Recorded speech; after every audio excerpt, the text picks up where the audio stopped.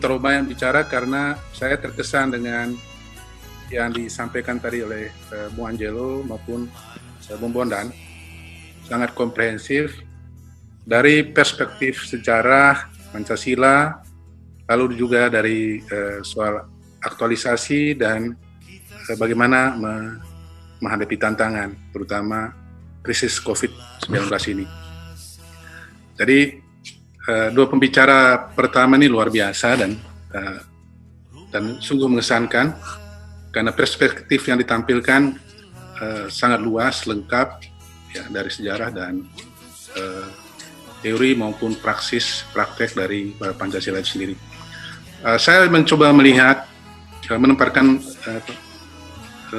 pembicaraan kita ini dalam konteks jauh ke belakang, mungkin sejarah, bahwa eksistensi ideologi ya termasuk Pancasila, eksistensi negara, bangsa itu biasanya diuji dalam sebuah krisis. Jadi ujian historiknya di situ apakah dia survive atau tidak. Dan dalam setiap krisis banyak yang akhirnya rontok, ya, banyak lembaga, organisasi, bahkan negara, lalu ideologi juga akan rontok kalau tidak mampu melakukan interaksi yang konstruktif dengan arus perubahan. Dan perubahan sekarang ini begitu cepat, yang didorong oleh teknologi. Dari survivalnya itu justru siapa yang cepat. Jadi bukan yang kuat dalam arti sebetulnya cepat. Jadi the survival for the fastest. Siapa yang cepat, dia yang kuat. Nah, ketangkasan ini sebetulnya yang diperlukan dalam menghadapi ujian yang sangat berat secara historik, bahkan digambarkan mungkin belum ada presidennya. Dulu ada disebut Spain flu Spanyol, kemudian swine flu, flu babi, kemudian SARS, dan Ebola juga di Afrika. Tetapi tingkat tantangannya, krisisnya tidak sedasar seperti sekarang ini. Jadi negara-negara di dunia termasuk Indonesia sedang menghadapi ujian sejarah, apakah mampu menghadapi krisis terbesar ini. Dan dalam kenyataannya banyak negara sekarang yang merasa dibuat tidak berdaya oleh keganasan COVID-19, kebingungan, dan semakin panik karena belum ada satupun yang bisa memastikan kapan pandemi ini akan berlalu dan berakhir.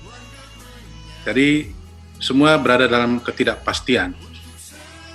Tetapi sesuatu yang pasti bagi kita adalah pada level masyarakat Indonesia bagaimana bergumul untuk melawan tantangan ini. Kita melihat semangat gotong royong itu tidak lagi berada dalam sebuah retorika atau prinsip-prinsip yang mungkin berada di dalam kertas, tetapi sudah menjadi kenyataannya.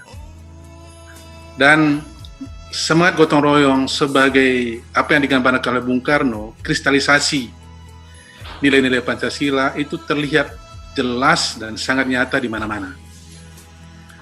Orang bergotong royong, orang mengulurkan tangan, berbagi, dan membagi ini bukan dari kelebihan, seringkali bukan dari kelebihan, tetapi cenderung spontanitas yang dari keterbatasan.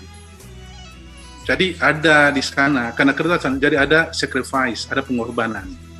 Dan inilah sebetulnya yang menghidupkan dan menghidupi bangsa kita, bangsa Indonesia dalam menghadapi COVID-19 ini.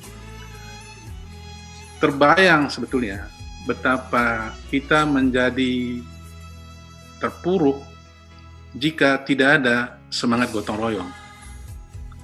Dan semangat gotong royong ini begitu luar biasa sampai negara-negara di dunia mengakui bahwa salah satu budaya unggul kita sebetulnya murah hati, bergotong royong, mengulurkan tangan kepada saudara-saudara yang sedang dalam kondisi sulit tanpa memandang sekat agama, politik, dan lain-lain. Itu basisnya memang kemanusiaan. Jadi ini yang luar biasa sebetulnya dari ekspresi gotong royong di dalam situasi sulit ini. Dan negara dimanapun di dunia, dia akan jadi lebih besar, dia akan menjadi lebih kuat kalau mampu mengatasi sebuah krisis. Kalau lepas dari krisis, umumnya dia akan menjadi lebih kuat. Nah, kita melihat sebetulnya dalam realitas lebih ekologis sebetulnya. Raja Wali itu akan menemukan kegairahannya. Dia menemukan hidupnya dalam arti yang orisinal kalau ada badai. Kalau tidak ada tantangan, dia akan bersembunyi di balik pohon ranting atau menyepi jauh di bukit-bukit dan batu-batu karang yang jauh di pegunungan. Tetapi begitu ada badai, maka dia akan keluar dan memperlihatkan kecakapannya untuk berakrobatik, untuk melakukan manuver-manuver indah di udara.